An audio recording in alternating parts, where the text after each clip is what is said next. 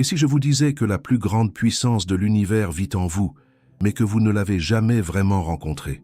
Mes bien-aimés, combien parmi nous peuvent affirmer avec certitude qu'ils connaissent véritablement le Saint-Esprit, non pas comme un concept théologique lointain, non pas comme une doctrine que nous récitons mécaniquement, mais comme une présence vivante, réelle, qui transforme chaque instant de notre existence? Cette question nous touche au plus profond de notre foi, car elle révèle la différence entre une religion morte et une relation vivante avec Dieu. Le grand prédicateur Charles Spurgeon, celui que l'histoire a nommé le prince de la prédication, avait l'habitude de dire que le Saint-Esprit est la personne la plus négligée de la Trinité. Ces paroles, prononcées il y a plus d'un siècle, résonnent aujourd'hui avec une force tragique. Nous chantons des cantiques sur l'Esprit.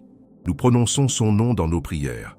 Mais combien d'entre nous peuvent témoigner d'une communion intime, quotidienne, transformatrice avec cette troisième personne de la divinité? Permettez-moi de vous conduire dans un voyage de découverte qui pourrait bouleverser votre compréhension de la vie chrétienne, car ce que peu de croyants réalisent, c'est que le Saint-Esprit n'est pas simplement une force impersonnelle, une énergie divine abstraite qui flotte quelque part dans les cieux. Il est une personne divine égale au Père et au Fils, possédant intelligence, volonté et émotion, une personne qui peut être contristée, qui peut être attristée par notre indifférence, qui désire ardemment communiquer avec nous. L'apôtre Paul nous écrit dans sa lettre aux Éphésiens au chapitre 4, verset 30, « N'attristez pas le Saint-Esprit de Dieu, par lequel vous avez été scellés pour le jour de la rédemption. » Voyez-vous la profondeur de cette vérité? On ne peut attrister une force, on ne peut blesser une énergie impersonnelle, mais on peut contrister une personne qui nous aime, une personne qui habite en nous, une personne qui désire notre bien suprême. Spurgeon aimait rappeler à ses auditeurs que beaucoup de chrétiens vivent comme des orphelins spirituels, alors qu'ils ont le Consolateur même habitant dans leur temple.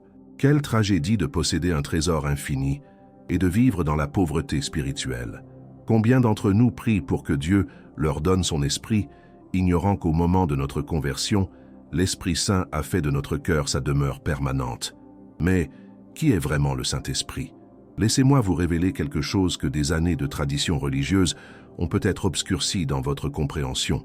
Le Saint-Esprit est Dieu lui-même, présent avec nous, en nous, pour nous. Quand Jésus a promis à ses disciples qu'il ne les laisserait pas orphelins, il parlait de l'envoi du Saint-Esprit. Dans l'évangile de Jean au chapitre 14, versets 16 et 17, le Christ déclare « Et moi je prierai le Père, et il vous donnera un autre consolateur, afin qu'il demeure éternellement avec vous, l'Esprit de vérité, que le monde ne peut recevoir, parce qu'il ne le voit point et ne le connaît point. Mais vous, vous le connaissez, car il demeure avec vous, et il sera en vous. » Remarquez ces mots précieux. Un autre consolateur. En grec, le mot utilisé est allos, qui signifie un autre du même genre. Jésus ne promettait pas un substitut inférieur, mais un consolateur identique en nature et en puissance. Le Saint-Esprit n'est pas moins que Jésus. Il est Jésus avec nous sous une forme différente, adaptée à notre nouvelle réalité après l'ascension. Mes amis, voici la révélation que peu connaissent vraiment. Le Saint-Esprit est le Dieu qui marche à nos côtés aujourd'hui. Pendant que Jésus était sur terre, il ne pouvait être qu'à un seul endroit à la fois. Mais par l'Esprit, Christ habite simultanément dans le cœur de millions de croyants à travers le monde. C'est pourquoi Jésus a dit à ses disciples qu'il était avantageux pour eux qu'ils partent. Car s'ils ne partaient pas, le Consolateur ne viendrait pas. Pensez à l'immensité de cette vérité. Vous qui écoutez ces paroles en ce moment même, si vous avez donné votre vie à Christ, le même Esprit qui planait sur les eaux lors de la création, le même Esprit qui est descendu comme une colombe sur Jésus lors de son baptême, le même Esprit qui a ressuscité Christ d'entre les morts vit en vous, non pas à côté de vous, non pas au-dessus de vous, mais en vous. Votre corps est devenu le temple du Saint-Esprit. Cette vérité devrait révolutionner notre manière de vivre. Imaginez que vous portiez constamment dans votre poche le trésor le plus précieux du monde. Ne changeriez-vous pas votre façon de marcher, de parler, de penser? Combien plus devrions-nous transformer notre existence, sachant que nous portons en nous la présence même de Dieu? Spurgeon racontait l'histoire d'un homme pauvre qui vivait dans la misère, ignorant qu'un trésor était enfoui sous sa maison délabrée. Pendant des années, il souffrit de la faim et du froid, alors qu'une fortune se trouvait à quelques mètres sous ses pieds. N'est-ce pas l'image de tant de chrétiens? Ils possèdent l'Esprit de Dieu, mais vivent dans la pauvreté spirituelle parce qu'ils ne connaissent pas, ne reconnaissent pas, ne cultivent pas cette relation avec lui. Le Saint-Esprit n'est pas venu pour être notre serviteur, répondant à nos caprices religieux. Il est venu pour être notre guide, notre enseignant, notre consolateur, notre sanctificateur. Il est celui qui prend les vérités du Christ et les rend vivantes dans notre cœur. Il est celui qui nous convainc de péché, qui nous conduit dans toute la vérité, qui intercède pour nous avec des soupirs inexprimables quand nous ne savons même pas comment prier. Dans les Actes des Apôtres, au chapitre 5, nous lisons l'histoire tragique d'Ananias et Saphira. Pierre leur dit « Pourquoi Satan a-t-il rempli ton cœur au point que tu mentes au Saint-Esprit » Puis il ajoute « Ce n'est pas à des hommes que tu as menti, mais à Dieu. » Voyez-vous, mentir au Saint-Esprit, c'est mentir à Dieu. Parce que le Saint-Esprit est Dieu, pas une partie de Dieu, pas une manifestation de Dieu. Il est Dieu, pleinement et complètement. Mais voici la beauté de cette révélation. Ce Dieu tout-puissant, créateur des cieux et de la terre, a choisi de faire de votre cœur sa demeure. Il n'habite pas dans des temples faits de mains d'hommes. Il habite en vous. Et sa présence n'est pas passive. Elle est active, vivante, transformatrice. Chaque jour, à chaque instant, l'Esprit Saint travaille en nous pour nous conformer à l'image de Christ. Si vous avez soif d'une vie chrétienne authentique, si vous désirez connaître Dieu non pas comme un concept, mais comme une réalité quotidienne, alors apprenez à connaître le Saint-Esprit, apprenez à l'écouter, apprenez à lui obéir, apprenez à marcher dans sa communion, car c'est dans cette relation intime avec l'Esprit que se trouve le secret d'une vie chrétienne victorieuse et joyeuse. Si ce message touche votre cœur et que vous souhaitez approfondir votre marche avec Dieu, je vous invite à vous abonner à cette chaîne. Ensemble, nous explorerons les vérités qui transforment des vies.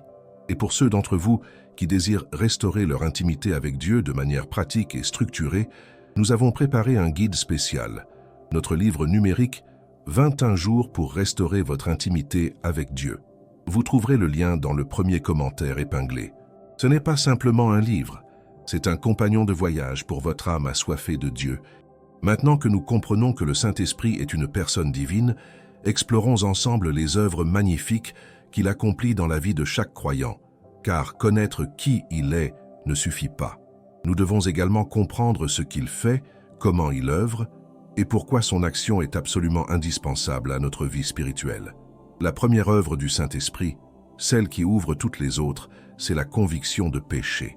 Sans cette œuvre divine, aucun être humain ne viendrait jamais à Christ. Nous sommes tous naturellement aveugles à notre propre condition spirituelle. Nous nous comparons aux autres et nous nous trouvons acceptables.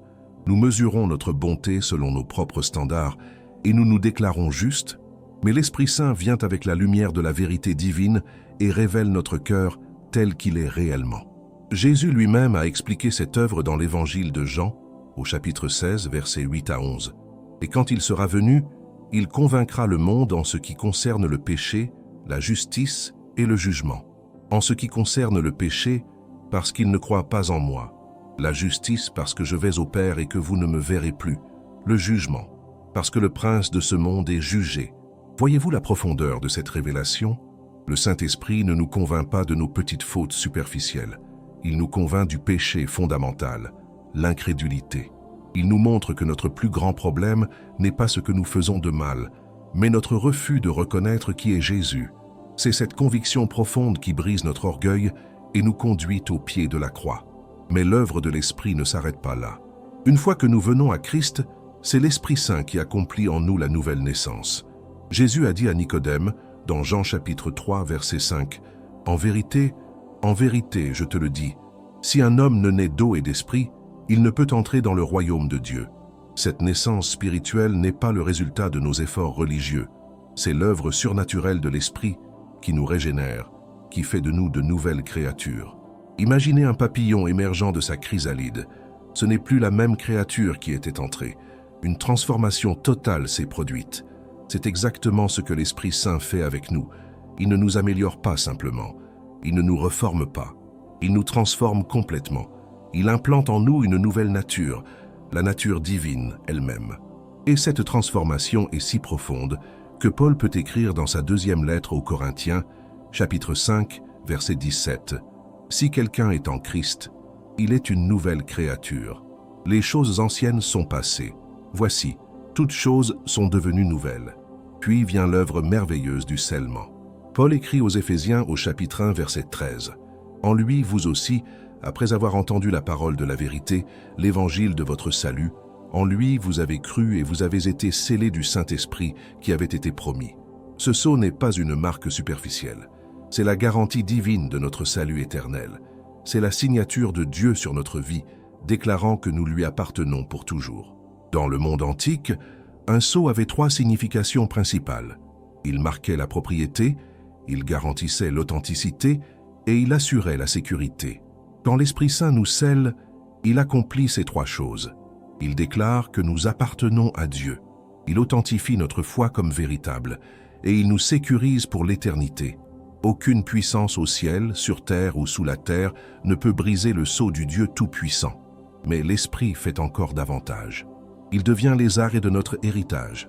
Dans Éphésiens chapitre 1 verset 14, Paul continue « Lequel est un gage de notre héritage, pour la rédemption de ceux que Dieu s'est acquis, à la louange de sa gloire. » Le mot traduit par gage signifie littéralement un acompte, une garantie que le reste viendra certainement.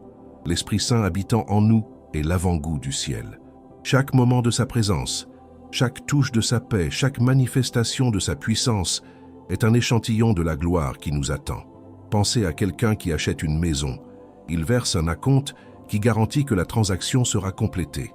De la même manière, Dieu nous a donné son esprit comme acompte, garantissant que nous recevrons l'héritage complet qu'il nous a promis. Et si l'acompte est si glorieux, imaginez ce que sera la pleine possession. L'Esprit Saint est également notre sanctificateur. C'est lui qui nous rend saints, qui nous transforme jour après jour à l'image de Christ. Cette œuvre n'est pas instantanée. C'est un processus progressif qui dure toute notre vie terrestre. Paul l'explique magnifiquement dans sa 2e lettre aux Corinthiens, chapitre 3, verset 18. « Nous tous qui, le visage découvert, contemplons comme dans un miroir la gloire du Seigneur, nous sommes transformés en la même image, de gloire en gloire, comme par le Seigneur l'Esprit. » Notez ces mots précieux, de gloire en gloire. Ce n'est pas une transformation statique, c'est un mouvement constant vers une ressemblance toujours plus grande avec Christ. Et c'est l'Esprit qui accomplit cette œuvre en nous. Il nous révèle les aspects de notre caractère qui ne reflètent pas Christ. Il produit en nous le désir de changer. Il nous donne la force de vaincre les habitudes tenaces. Il cultive en nous le fruit de l'Esprit. L'amour, la joie, la paix, la patience, la bonté, la bienveillance, la fidélité, la douceur, la maîtrise de soi. Ce fruit n'est pas quelque chose que nous produisons par nos propres efforts. C'est le résultat naturel de la vie de l'Esprit en nous. Tout comme un pommier produit des pommes parce que c'est sa nature, un chrétien rempli de l'Esprit produit le fruit de l'Esprit parce que c'est la nouvelle nature que l'Esprit a implantée en lui. L'Esprit Saint est aussi notre enseignant divin. Jésus a promis dans Jean chapitre 14, verset 26, « Mais le Consolateur, l'Esprit Saint, que le Père enverra en mon nom, vous enseignera toutes choses et vous rappellera tout ce que je vous ai dit. » Avez-vous déjà remarqué comment, parfois, en lisant un passage biblique que vous avez lu 100 fois, soudainement une vérité nouvelle jaillit de la page? Ce n'est pas parce que les mots ont changé. C'est parce que l'Esprit Saint a ouvert vos yeux spirituels pour voir ce qui était toujours là. Il prend les paroles de Christ et les rend vivantes dans notre cœur. Il illumine les Écritures. Il nous guide dans toute la vérité. Sans son œuvre d'enseignement, la Bible resterait un livre fermé, des mots sur une page sans pouvoir de transformation. Mais quand l'Esprit enseigne, les Écritures deviennent une épée à double tranchant, pénétrant jusqu'à la division de l'âme et de l'esprit, discernant les pensées et les intentions du cœur. Et puis il y a cette œuvre précieuse de l'intercession. Romains chapitre 8, versets 26 et 27 nous révèle « De même aussi l'Esprit nous aide dans notre faiblesse, car nous ne savons pas ce qu'il nous convient de demander dans nos prières. Mais l'Esprit lui-même intercède par des soupirs inexprimables, et celui qui sonde les cœurs connaît quelle est la pensée de l'Esprit, parce que c'est selon Dieu qu'il intercède en faveur des saints. Quelle consolation merveilleuse! Dans ces moments où nous sommes accablés, où les mots nous manquent, où nous ne savons même pas comment prier, l'Esprit Saint prie pour nous. Il traduit nos gémissements en prières parfaites devant le trône de Dieu. Il intercède selon la volonté de Dieu, garantissant que nos prières, même imparfaites, sont entendues et exaucées selon la sagesse divine. Mes bien-aimés, commencez-vous à voir l'immensité de ce que le Saint-Esprit accomplit en vous. Il vous a convaincu de péché. Il vous a fait naître de nouveau. Il vous a scellé pour l'éternité. Il vous sanctifie jour après jour. Il vous enseigne les vérités de Dieu. Il intercède pour vous dans vos faiblesses. Tout cela se passe en vous, à chaque instant, par la présence et l'œuvre du Saint-Esprit. Comprenons maintenant une vérité qui pourrait révolutionner votre marche quotidienne avec Dieu. Le Saint-Esprit ne désire pas simplement habiter en vous comme un invité silencieux. Il désire gouverner votre vie, vous remplir de sa présence, vous conduire dans chaque décision, vous fortifier dans chaque épreuve. Mais pour expérimenter cette plénitude, nous devons comprendre ce qui l'empêche et comment cultiver activement notre relation avec lui. L'apôtre Paul écrit aux Éphésiens, au chapitre 5, verset 18, « Un commandement que beaucoup de chrétiens négligent. Ne vous enivrez pas de vin, c'est de la débauche. Soyez au contraire remplis de l'esprit. » Notez que ce n'est pas une suggestion, c'est un commandement. Et ce commandement est au présent continu en grec, ce qui signifie « Soyez continuellement remplis de l'esprit ».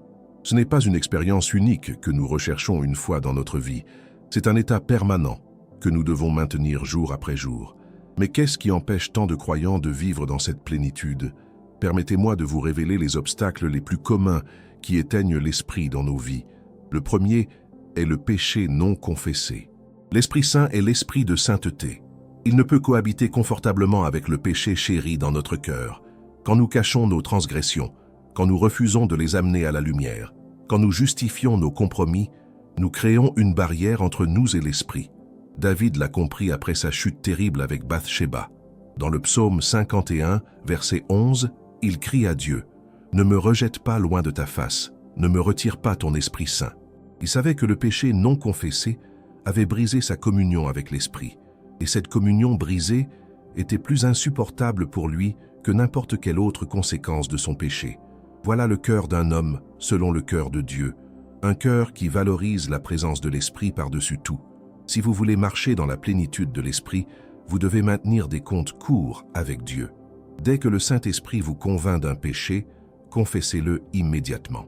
Ne le laissez pas s'installer, ne le rationalisez pas, ne le minimisez pas, amenez-le à la lumière, recevez le pardon que Christ offre gratuitement et continuez votre marche dans la communion avec l'Esprit. Le deuxième obstacle est l'incrédulité. Beaucoup de chrétiens vivent comme si l'Esprit Saint était absent ou impuissant. Ils prient pour sa présence comme s'il n'était pas déjà là. Ils doutent de sa puissance. Ils limitent son œuvre par leur manque de foi. Mais Hébreux chapitre 11 verset 6 nous rappelle « Or sans la foi, il est impossible de lui être agréable, car il faut que celui qui s'approche de Dieu croit que Dieu existe et qu'il est le rémunérateur de ceux qui le cherchent. » Croyez-vous vraiment que l'Esprit Saint vit en vous? Croyez-vous qu'il est capable de vous transformer? Croyez-vous qu'il peut vous donner la victoire sur ce péché qui vous tourmente depuis des années? Votre foi active sa puissance dans votre vie. Non pas parce qu'il a besoin de votre foi pour agir, mais parce que votre foi ouvre la porte de votre cœur à son œuvre. Le troisième obstacle est l'ignorance. Tant de chrétiens ne connaissent tout simplement pas le Saint-Esprit. Ils ne savent pas qui il est, ce qu'il fait, comment il œuvre. Et cette ignorance les prive des richesses infinies qu'ils désirent leur communiquer. C'est exactement ce que Paul a découvert à Éphèse. Dans les Actes des Apôtres, chapitre 19, verset 2, il demande à certains disciples « Avez-vous reçu le Saint-Esprit quand vous avez cru ?» Ils lui répondirent « Nous n'avons pas même entendu dire qu'il y ait un Saint-Esprit. » Imaginez la tragédie. Des disciples qui n'avaient même jamais entendu parler du Saint-Esprit. Mais n'est-ce pas la réalité de beaucoup aujourd'hui? Ils connaissent Jésus comme leur sauveur. Ils croient en Dieu le Père. Mais le Saint-Esprit reste pour eux un mystère non exploré, une doctrine théologique sans application pratique. Mais bien-aimés, vous ne pouvez pas expérimenter ce que vous ne connaissez pas. C'est pourquoi l'étude de la parole concernant l'Esprit est absolument essentielle. Le quatrième obstacle est la résistance à sa direction. L'Esprit Saint est un gentleman divin. Il ne force jamais. Il guide, il suggère, il convainc, mais il ne contraint pas. Combien de fois avons-nous senti son doux murmure dans notre conscience, nous avertissant de ne pas dire certaines paroles, de ne pas aller à certains endroits, de ne pas prendre certaines décisions? Et combien de fois avons-nous étouffé cette voix, ignoré son conseil, insisté sur notre propre chemin? Paul nous avertit dans sa première lettre aux Thessaloniciens, chapitre 5, verset 19. « N'éteignez pas l'esprit. Chaque fois que nous résistons à sa direction, nous éteignons un peu plus sa flamme dans notre vie. Chaque fois que nous choisissons notre volonté au-dessus de la sienne, nous affaiblissons notre sensibilité à sa voix. Et progressivement, nous pouvons devenir sourds à ses murmures, insensibles à ses avertissements. Alors comment cultiver cette relation intime avec le Saint-Esprit? Comment vivre dans sa plénitude permanente? Premièrement, par la prière. Non pas des prières mécaniques récitées par habitude, mais une communion vivante, un dialogue constant avec l'Esprit qui habite en vous. Parlez-lui tout au long de la journée. Demandez-lui de vous guider. Écoutez sa voix dans votre esprit. Remerciez-le pour sa présence. L'apôtre Paul nous exhorte dans sa lettre aux Éphésiens, chapitre 6, verset 18. « Faites en tout temps par l'Esprit toutes sortes de prières et de supplications. Priez par l'Esprit. Permettez-lui de diriger vos prières. Laissez-le mettre sur votre cœur les fardeaux pour lesquels vous devez intercéder. Quand vous ne savez pas comment prier, faites-lui confiance pour intercéder en vous selon la volonté parfaite de Dieu. Deuxièmement, méditez la parole de Dieu. L'Esprit Saint et la parole de Dieu travaillent toujours ensemble. L'Esprit a inspiré les Écritures, il les illumine, il les applique à nos vies. Quand vous lisez la Bible, vous n'êtes pas seul avec un livre ancien. Vous êtes en présence de l'auteur vivant qui désire vous enseigner personnellement. Jésus a dit dans l'évangile de Jean, au chapitre 6, verset 63, « C'est l'Esprit qui vivifie. La chair ne sert de rien. Les paroles que je vous ai dites sont esprit et vie. Sans l'Esprit, les Écritures restent des lettres mortes. Mais quand l'Esprit les illumine, elles deviennent vie et puissance dans votre cœur. Alors approchez-vous de la parole avec humilité, demandant à l'Esprit de vous enseigner, et attendez-vous à ce qu'il le fasse. Troisièmement, obéissez promptement à ses directions. L'obéissance est le terreau dans lequel la communion avec l'Esprit s'épanouit. Chaque fois que vous obéissez à son impulsion, vous affermissez votre sensibilité à sa voix. Chaque fois que vous suivez sa direction, même quand cela vous coûte, vous approfondissez votre relation avec lui. Jésus a déclaré dans Jean chapitre 14, verset 21, « Celui qui a mes commandements et qui les garde, c'est celui qui m'aime. Et celui qui m'aime sera aimé de mon Père. Je l'aimerai et je me ferai connaître à lui. » L'obéissance ouvre la porte à une révélation plus profonde de Christ par l'Esprit. Plus vous obéissez, plus vous connaîtrez. Plus vous connaîtrez, plus vous aimerez. Et plus vous aimerez, plus vous désirerez obéir. Quatrièmement, cultivez une sensibilité à sa présence. Apprenez à reconnaître quand il vous parle. Son témoignage dans votre esprit n'est pas toujours dramatique. Souvent, c'est une conviction tranquille, une paix profonde, un sentiment d'inquiétude face à une mauvaise direction. Romains chapitre 8, verset 16 nous dit « L'Esprit lui-même rend témoignage à notre esprit que nous sommes enfants de Dieu. » Développez cette capacité d'écoute spirituelle. Dans le bruit de ce monde, créez des moments de silence où vous pouvez entendre sa voix douce et subtile. Ne soyez pas toujours pressé, toujours occupé, toujours distrait. Donnez à l'Esprit l'espace et le temps nécessaires pour communiquer avec vous. Mais bien-aimés, la vie dans la plénitude de l'Esprit n'est pas réservée à une élite spirituelle. Elle est la portion normale de chaque enfant de Dieu qui la désire et la poursuit avec diligence. Avançons maintenant vers une dimension encore plus profonde de la vie dans l'Esprit, la puissance qu'il nous confère pour vivre victorieusement et servir efficacement dans le royaume de Dieu. Car le Saint-Esprit ne nous remplit pas simplement pour notre bénédiction personnelle. Il nous équipe pour être des instruments de sa gloire dans ce monde brisé qui a désespérément besoin de connaître Christ. Avant de monter au ciel, Jésus a fait une promesse extraordinaire à ses disciples. Dans les Actes des Apôtres, au chapitre 1, verset 8, il déclare « Mais vous recevrez une puissance, le Saint-Esprit survenant sur vous, et vous serez mes témoins à Jérusalem, dans toute la Judée, dans la Samarie, et jusqu'aux extrémités de la terre. » Remarquez l'ordre des événements. D'abord la puissance, ensuite le témoignage. Nous ne pouvons pas être des témoins efficaces par nos propres forces. Nous avons besoin de la puissance surnaturelle de l'Esprit Saint. Cette puissance n'est pas une option pour les super-chrétiens. Elle est la provision normale pour chaque croyant. Regardez les premiers disciples. C'étaient des hommes ordinaires, sans éducation formelle, sans influence sociale, sans ressources financières. Pierre était un pécheur impulsif qui avait renié Christ 3 fois. Jean était un fils du tonnerre au tempérament explosif. Thomas était enclin au doute. Pourtant, après avoir été rempli du Saint-Esprit à la Pentecôte, Ces mêmes hommes ont bouleversé le monde connu de leur époque. Qu'est-ce qui a changé? Pas leur intelligence, pas leurs circonstances. Ce qui a changé, c'est qu'ils ont été revêtus de la puissance d'en haut. L'Esprit Saint a transformé leur peur en courage, leur faiblesse en force, leur hésitation en audace sainte. Pierre, qui tremblait devant une servante, s'est levé le jour de la Pentecôte et a prêché avec une telle puissance que 3000 personnes se sont converties en un seul jour.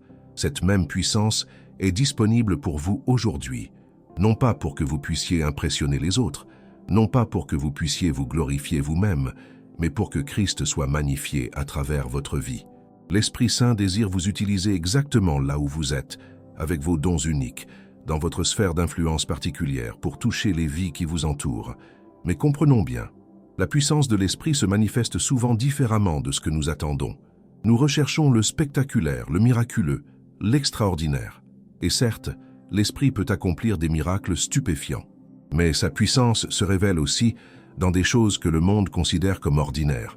La force de résister à la tentation quand tout en nous crie d'y céder, le courage de dire la vérité quand le mensonge serait plus facile, la patience de supporter une épreuve longue et difficile sans amertume, l'amour qui pardonne l'impardonnable. Paul l'a compris profondément.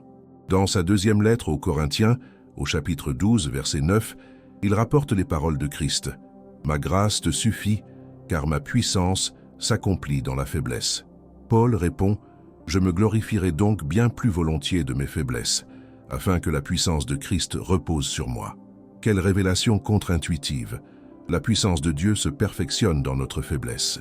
Quand nous arrivons au bout de nos ressources, c'est là que la puissance de l'Esprit se manifeste le plus clairement. L'Esprit Saint nous équipe également de dons spirituels pour l'édification du corps de Christ. Paul énumère ces dons dans sa première lettre aux Corinthiens, au chapitre 12. Il parle de la parole de sagesse, de la parole de connaissance, de la foi, des dons de guérison, du don d'opérer des miracles, de la prophétie, du discernement des esprits, de la diversité des langues et de l'interprétation des langues. Ces dons ne sont pas des décorations spirituelles pour notre propre plaisir, ce sont des outils divins pour servir les autres. Chaque croyant a reçu au moins un don spirituel. Dans la première épître de Pierre, chapitre 4, verset 10, l'apôtre écrit « Comme de bons dispensateurs des diverses grâces de Dieu, que chacun de vous mette au service des autres le don qu'il a reçu. » Avez-vous découvert votre don? L'utilisez-vous pour servir le corps de Christ? Ou êtes-vous comme ce serviteur qui a enterré son talent par peur ou par paresse? L'Esprit Saint nous donne aussi le discernement spirituel pour naviguer dans ce monde rempli de tromperies. L'apôtre Jean nous avertit dans sa première épître, chapitre 4, verset 1, « Bien-aimés, n'ajoutez pas foi à tout esprit, mais éprouvez les esprits pour savoir s'ils sont de Dieu, car plusieurs faux prophètes sont venus dans le monde. » Dans notre époque où tant de voix réclament notre attention, où tant d'enseignements contradictoires circulent, même au sein de l'Église, nous avons désespérément besoin du discernement que seul l'Esprit peut donner. Comment l'Esprit nous donne-t-il ce discernement? En nous enseignant la parole de Dieu si profondément qu'elle devient notre filtre pour toute vérité, en nous donnant un témoin intérieur quand quelque chose ne correspond pas à la nature de Christ, en nous accordant une sagesse qui dépasse notre intelligence naturelle. Quand vous marchez étroitement avec l'Esprit, vous développez une sensibilité spirituelle qui détecte l'erreur même quand elle est enveloppée dans un langage religieux séduisant. L'Esprit Saint est aussi notre force dans la bataille spirituelle. Paul nous rappelle dans sa lettre aux Éphésiens, au chapitre 6, verset 12, « Car nous n'avons pas à lutter contre la chair et le sang, mais contre les dominations, contre les autorités, contre les princes de ce monde de ténèbres, contre les esprits méchants dans les lieux célestes. » Cette bataille est réelle. L'ennemi de nos âmes ne dort jamais. Il cherche constamment à nous détruire, à nous décourager, à nous diviser, à nous distraire de notre mission. Mais nous ne combattons pas dans nos propres forces. L'Esprit Saint est notre puissance dans cette guerre spirituelle. Il est celui qui nous revêt de l'armure de Dieu.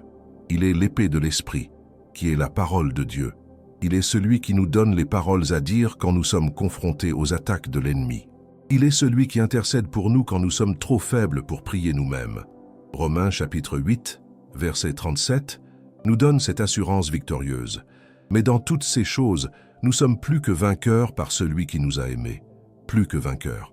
Non pas à peine victorieux, non pas survivants de justesse, mais plus que vainqueurs. C'est la réalité de tout croyant qui marche dans la puissance de l'Esprit. Les épreuves viendront, les tentations surgiront, les batailles feront rage, mais la victoire est garantie parce que celui qui est en nous est plus grand que celui qui est dans le monde. L'Esprit Saint nous donne également le courage de témoigner de Christ dans un monde hostile. Pensez aux apôtres après leur arrestation et leur flagellation. Les autorités leur ont ordonné de ne plus parler au nom de Jésus. Quelle a été leur réponse? Dans les Actes des Apôtres, chapitre 5, verset 29, Pierre et les apôtres répondirent « Il faut obéir à Dieu plutôt qu'aux hommes ». D'où venait ce courage?